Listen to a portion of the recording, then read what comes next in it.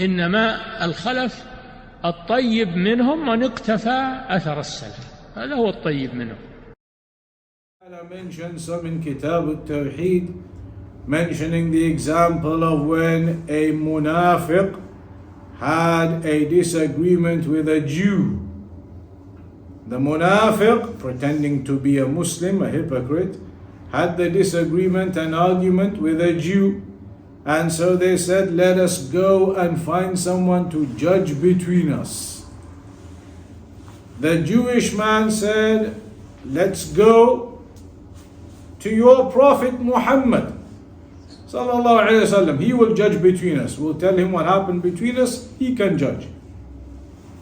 Because the Jews, they knew that the Prophet sallallahu alaihi wasallam is a just man and does not take bribes, whereas the Jews themselves would take bribes and give the false ruling, give the rights to the one who does not have the rights. So the Jew didn't want to go back to the Jews knowing that they could be bribed. He said to the munafiq, the one who was supposed to be a Muslim as far as the Jew saw, he said to him, we'll go back to your Prophet Muhammad to make the judgment. Because he knew the Prophet Muhammad was a just man and would not take bribes. He would give the exact ruling. And if the Jew had the right, the messenger would say, it's your right.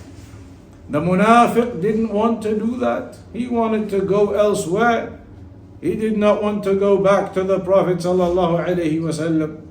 So this indicates that the judgment is made upon the Quran and the Sunnah, returning back to those evidences. And once that knowledge comes to you, once that judgment comes to you, then you accept that and do not fight over it and do not try to substantiate your position against the correct ruling, against what is clear and apparent, against what the scholars have clarified and highlighted. Accept the error can be made and retract. As the scholars they say, الرجوع إلى الحق فضيلة, returning back to the truth is a virtue, and returning back to the truth is better than wallowing in falsehood, as they say. خير من التمادي في الباطل